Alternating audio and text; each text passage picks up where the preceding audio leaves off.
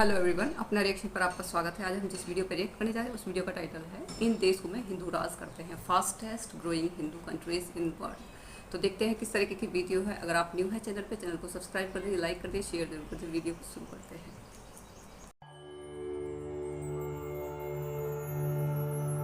दोस्तों, सिर्फ हिंदुस्तान में हिंदू भगवान की भक्ति वाली शक्ति नहीं चलती, बल्कि हिंदुइज्म की जड़ें पूरे विश्व में फैली हुई हैं।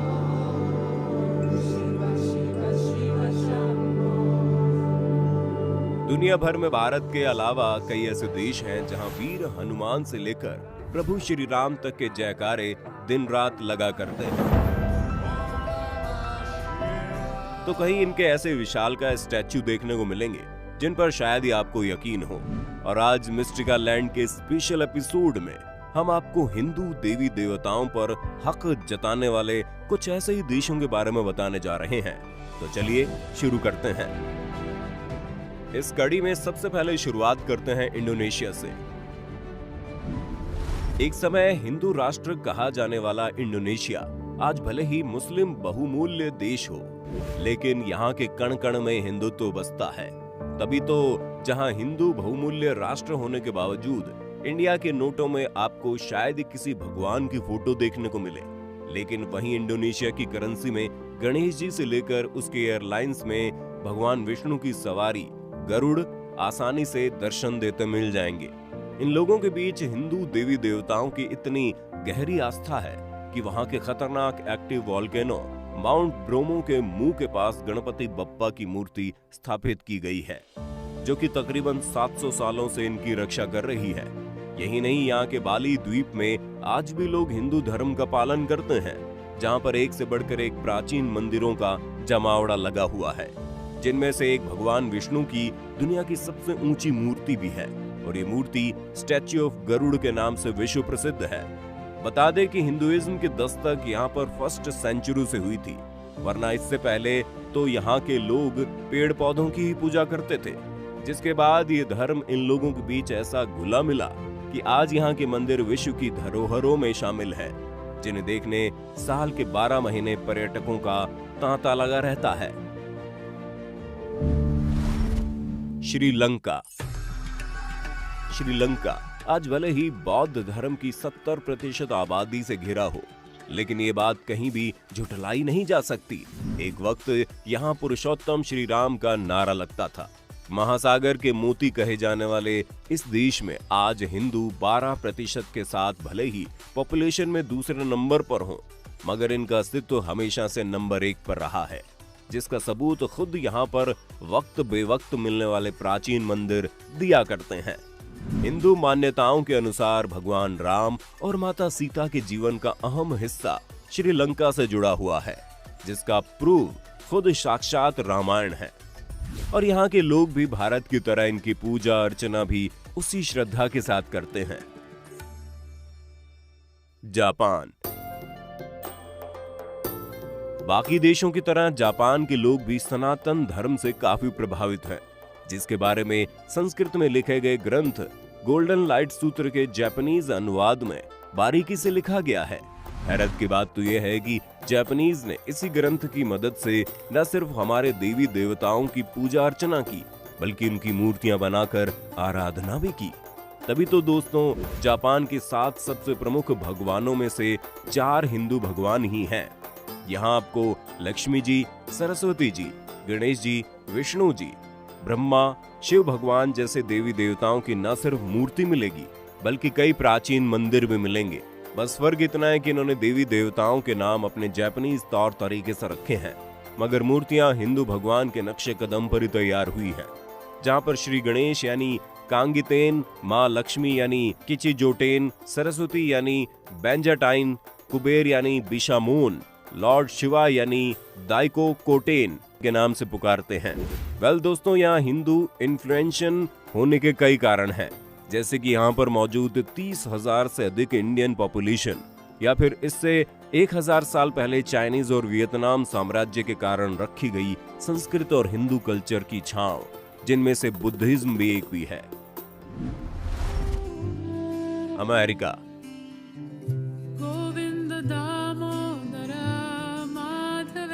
दोस्तों वैसे तो अमेरिका और भारत के कल्चर में जमीन आसमान का फर्क है, मगर शोधकर्ताओं की माने तो आज से 9 लाख वर्ष पहले यहाँ ऐसी विलक्षण वानर जाति रहती थी जिसका सीधा संबंध संकट मोचन हनुमान यानी हमारे बजरंगबली से है। सेंट्रल अमेरिका के घने जंगलों में पाई गई इस रहस्यमयी सभ्यता को कपी कहा जाता है और उसकी खोज मस्किटिया के जंगलों में भटक रहे शोधकर्ता चार्ल्स लिंडबर्ग ने की। इनके मुताबिक यहाँ के स्थानीय लोग बंदरों की मूर्तियों की पूजा करते हैं, जो कि देखने में इतनी विशाल थी कि मानो इसे हजारों लाखों साल पहले बनाया गया हो। जिसके बाद ये खबर दुनिया भर में कुछ ऐसी फैली कि हर कोई lost city of monkey God की खोज में लग गया। दोस्तों हिंदू माइथोलॉजी के अकॉर्डिंग वानरों के साम्राज्य की राजधानी किष्किंधा को माना जाता है, जिसके राजा सुग्रीव और बाली थे। कहा जाता है जब हनुमान अपने बेटे मकरध्वज को बचाने के लिए पाताल लोक गए तो यहीं आए थे, जो कि आज के सेंट्रल अमेरिका और ब्राजील के इन्हीं जंगलों में कहीं स्थित है, जहां हनुमान ने अपने बेटे मकरध्वज को बचाकर उसे यहाँ का राजा घोषित कर दिया। जिसके बाद शायद यहाँ के लोग हनुमान को भगवान की तरह पूजने लगे। थाईलैंड। अभी तक आपने गणेश चतुर्थी में बप्पा की सबसे बड़ी मूर्ति महाराष्ट्र में देखी होगी, लेकिन क्या आपको पता है दुनिया का सबसे बड़ा गणेश भगवान का स्टैच्यू इंडिया में नहीं बल्कि थाईलैंड में स्थित है। यही नहीं, यहाँ पर इन लोगों ने अपने देश के स्टैंप तक में हिंदू देवी देवताओं को छापा है। साथ ही आपको ये जानकर हैरानी होगी, यहाँ के लोग मंदिरों में न सिर्फ भगवान शिव की प्रतिमा में हार चढ़ाते हैं बल्कि उसी विश्वास के साथ शिवलिंग पर दूध भी चढ़ाते मिल जाएंगे। यहाँ तक कि दिखाए जाने वाले नाटकों में भी रामायण का मिश्रण देखने को मिलता है। और ऐसा हो भी क्यों ना, इनका राष्ट्रीय ग्रंथ रामायण जो है, जिसे थाई भाषा में रामाकिन कहते हैं। शोधकर्ताओं के अनुसार ये देश प्राचीन समय में हिंदू राष्ट्र था, जहां पर भारतीय बौद्ध राजाओं ने आकर बौद्ध धर्म का प्रचार किया और ये एक बुद्धिस्ट नेशन में कन्वर्ट हो गया। कंबोडिया। किसी जमाने में कंबोज देश और फिर कंपूचिया के बाद आज कंबोडिया के नाम से मशहूर ये देश पहले हिंदू रहा और फिर अफसोसजनक बुद्धिस्ट हो गया।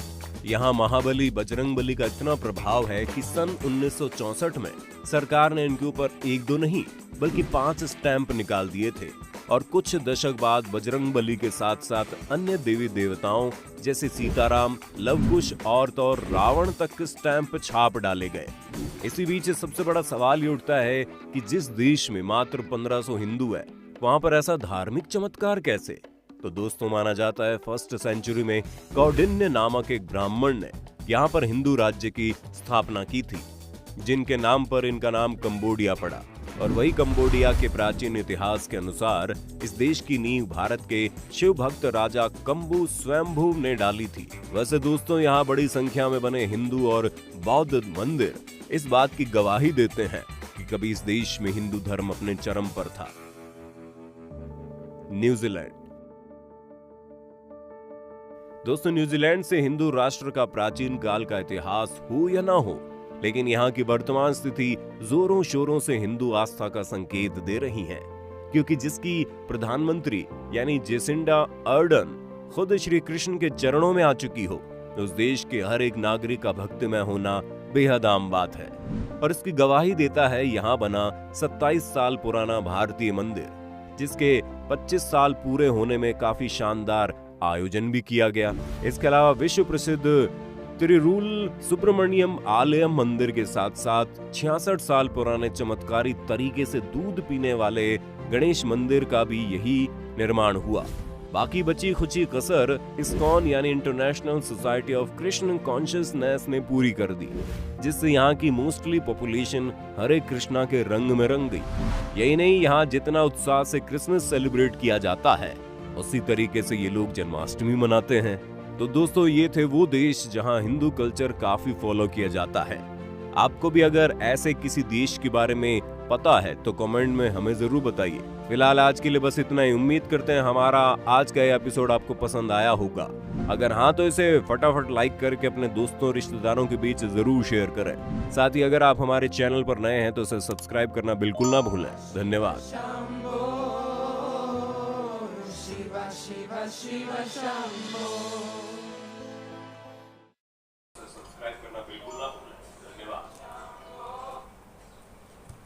तो वीडियो कंप्लीट हो गई और काफ़ी अच्छी और इन्फॉर्मेटिव वीडियो थी, ठीक है। और काफ़ी अच्छा भी लगता है, प्राउड होता है कि सिर्फ भारत में ही नहीं, पूरे जो आपका एशिया का जो दूसरा साइड था उसमें भी हिंदुज़म फैला हुआ था। जैसे कंबोडिया हो गया, इंडोनेशिया हो गया। इंडोनेशिया में तो आज भी जो गरुड़ की जो सवारी है, मीन्स जो गरुड़ है विष्णु जी की जो सवारी वैसे माना जाता है, वो भी उनकी एयरलाइंस में है।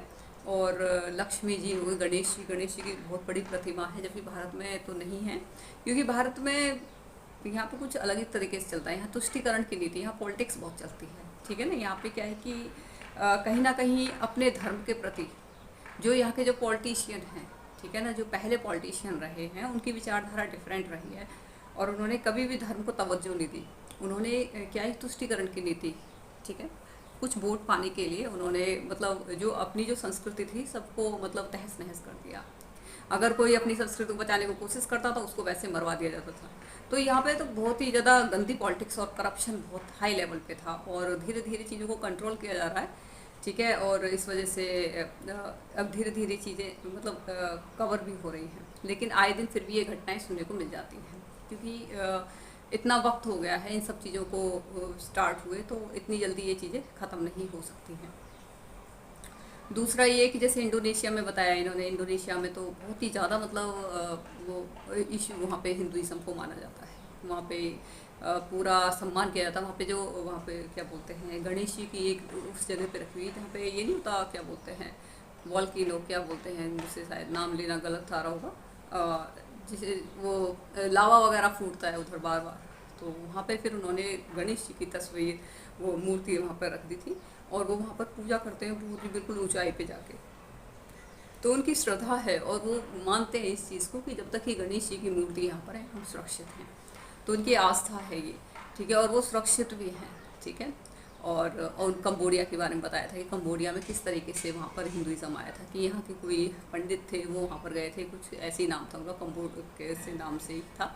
तो वहाँ पर उन्होंने मतलब वहाँ पर लोग काफ़ी प्रभावित हुए थे हिंदुइज्म से, क्योंकि काफ़ी रिच संस्कृति थी हमारी, ठीक है ना। और वहाँ पे मंदिर देखो, कंबोडिया में पूरे वर्ल्ड में उसके बराबर मंदिर कोई भी नहीं हो सकता। तो सोचो कि कितना ज़्यादा रिच कल्चर था हमारा यहाँ का, संस्कृति कितनी हाई लेवल पे थी, कितनी टेक्नोलॉजी थी, ठीक है। और फिर धीरे धीरे वहाँ पर बौद्ध, जब हिंदुइज्म के बाद में धीरे धीरे वहाँ पर बौद्ध आ गया। और बौद्ध में क्या था कि मतलब बहुत ही ज़्यादा अहिंसावादी, ठीक है, अहिंसावादी होने की वजह से जो अदर जो शक्तियाँ थी, जो अदर जो उसमें थी, जो कठोर वैसी थी, जिनके अंदर दया नहीं था, वो धीरे धीरे वहाँ पर पनपने लगी, ठीक है। क्योंकि एक्चुअल में भारत का पतन होने का सबसे बड़ा रीज़न था बौद्ध धर्म। जब तक हिंदुइज्म था, हिंदुइज्म में क्या किया, अशोक ने बहुत ज़्यादा मतलब युद्ध किए थे और मतलब घबराते थे अशोक से, क्योंकि जो सम्राट अशोक थे। लेकिन धीरे जब वो उनका हृदय परिवर्तन हुआ, जब उन्होंने बहुत ज़्यादा लोगों को मृत्यु देखी, उन्होंने देखा, तो वो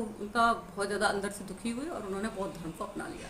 लेकिन जैसे ही बौद्ध धर्म को अपनाया, धीरे धीरे उन्होंने, क्योंकि काफ़ी रिच कल्चर था यहाँ का, संस्कृति बहुत अच्छी थी, तो उन्होंने कहा कि ऐसा तो कोई टेंशन नहीं रहेगी। तो उन्होंने शांति वो करने के लिए, अपने आप को शांति उसमें करने के लिए उन्होंने बौद्ध धर्म को अपना लिया। उसके बाद में फिर जो विदेशी आक्रांता थे उन्होंने आक्रमण करने शुरू कर दिए। तो सबसे बड़ा जो यहाँ पे जो पतन हुआ था वो यही सबसे बड़ा रीज़न था। जब तक हिंदुइज्म था तब तक कोई भी मतलब नहीं था कि यहाँ पे कोई आँख भी उठा के देख जाए, इतना मतलब कठोर।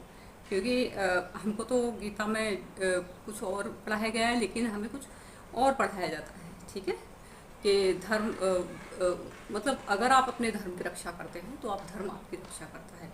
अहिंसा परमो धर्म, ठीक है, अहिंसा परमो धर्म है। इस वाली लाइन को पढ़ा है, इसके बाद की लाइन को नहीं पढ़ा है। तो इसके पीछे कहीं ना कहीं एक पॉलिटिक्स थी, ठीक है, लोगों को इसके बाद की बातें पता ना चले। और हिंदू भी पूरे महान थे, उन्होंने भी पीछे से कोशिश नहीं की कि यार दूसरी लाइन है क्या, ठीक है। तो पूरा एक षड्यंत्र रचा जाता है लोगों के लोगों के लिए, ठीक है। अच्छा, और भी इन्होंने काफ़ी सारे देशों के नाम दिए हैं जहाँ पे हिंदुइज्म है, और जो टिकट वगैरह होती है उन पे भी लक्ष्मी गणेश सभी इन्हीं के वो फ़ोटो हैं। यहाँ पे तो नहीं है, नोटों पे भी गणेश जी का फ़ोटो है इंडोनेशिया में।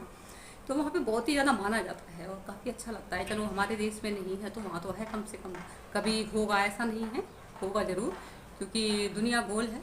काल चक्र जो कि अपना गोल गोल घूमता रहता है, लीनियर वे में नहीं घूमता पश्चिमी देशों की तरह। जैसे कि वो मानते हैं कि जो काल चक्र होता है वो लीनियर वे में घूमता ना, वो बिल्कुल अपना सर्कल जहाँ पे थे वहीं पर ही आ जाएंगे। तो क्या है कि हिंदुइज्म था यहाँ पे, तो धीरे धीरे वो ज़रूर आएगा, ठीक है ना। और उसकी शुरुआत हो चुकी है, लोगों में जागरूकता आ रही है, ठीक है। और भी इन्होंने काफ़ी सारे देशों के नाम बताए थे जहाँ पे हिंदुज़म काफ़ी, जापान का नाम लिया था। तो जापान में भी वहाँ पे सभी, जैसे बहुत सारे लोग मजाक उड़ाते हैं कि आपके तो बहुत सारे देवी देवता हैं, आपके तो ये हैं वो हैं, ठीक है। लेकिन उनके खुद देशों में वो उनको मानते हैं, लेकिन अलग रूप से मानते हैं, क्योंकि उनको इस चीज़ की अवेयरनेस नहीं है बिल्कुल भी, ठीक है। वो शिव जी को मानते हैं, गणेश जी को मानते हैं, लक्ष्मी जी को मानते हैं, सरस्वती जी को मानते हैं, ठीक है। तो ये सारी चीज़ें हैं, और पूरे उसमें एशिया में ये फैले हुए थे, क्योंकि हिंदुज़म बहुत पीक लेवल पे था और बहुत ही ज़्यादा पूरे एक रिच संस्कृति थी हमारी, पूरे वर्ल्ड में फैली हुई थी। और जैसे यहाँ पे इसमें अमेरिका में बताया कि वहाँ पे हनुमान जी की, मतलब जो मंकी में उनकी पूजा की जाती है, काफ़ी लाखों साल पुरानी मूर्ति वहाँ पे मिली है, काफ़ी पुरानी मूर्ति है। तो जाहिर सी बात है कि हनुमान जी को हम मानते हैं, तो इसका मतलब है कि वहाँ पर भी हिंदुइज्म था। लेकिन धीरे धीरे जो अलग विचारधारा के लोग होते हैं, जैसे मान लो यहाँ पे हिंदुइज्म है और कोई एथिस्ट है, मतलब वो बिल्कुल भी नहीं मानता हिंदुइज्म को, तो क्या है कि धीरे धीरे वो संस्कृति पनपने लगती हैं। तो ऐसे ही भारत में भी यही हुआ, ठीक है। तो पूरे विश्व में पहले हिंदुइज्म ही था। आप जब देवी देवताओं को कनेक्ट करेंगे ना, यहाँ के जैसे इंद्र हैं, तो आप बाहर के देश वहाँ पे भी इस तरीके से उनको मानते हैं, लेकिन उनको अलग मतलब नाम अलग दिए गए हैं। आप यहाँ की स्टोरी सुनेंगे और वहाँ की स्टोरी सुनेंगे तो सेम रहेंगी, ठीक है। उनके जो क्या बोलते हैं शस्त्र जो हैं, जो यहाँ पे वज्र यूज़ करते हैं, वहाँ पे भी इसी तरीके से वज्र यूज़ करते हैं। तो बहुत मिलता जुलता है, लेकिन क्या है कि वो धीरे धीरे उनको मिटा दिया गया, ठीक है। और काफ़ी अच्छी लगी ये वीडियो, और प्राउड भी होता है, और धीरे धीरे उम्मीद है कि ईश्वर से कि जहाँ से जिस तरीके से हमारे धर्म को मिटाने का षड्यंत्र रचा गया था, विदेशी शक्तियों ने जो हमारे धर्म को मिटाने की पूरी भरपूर कोशिश की थी, लेकिन फिर दोबारा से उसमें एक नई जान आ रही है। और बड़ा अच्छा लग रहा है इस चीज़ को कि वहाँ पर ये सारी चीज़ें अभी भी हैं, ठीक है। तो आप बताइएगा आपको कैसा लगा हमारा रिएक्शन, और कमेंट्स में जय श्री राम जरूर लिखिएगा। जय श्री राम।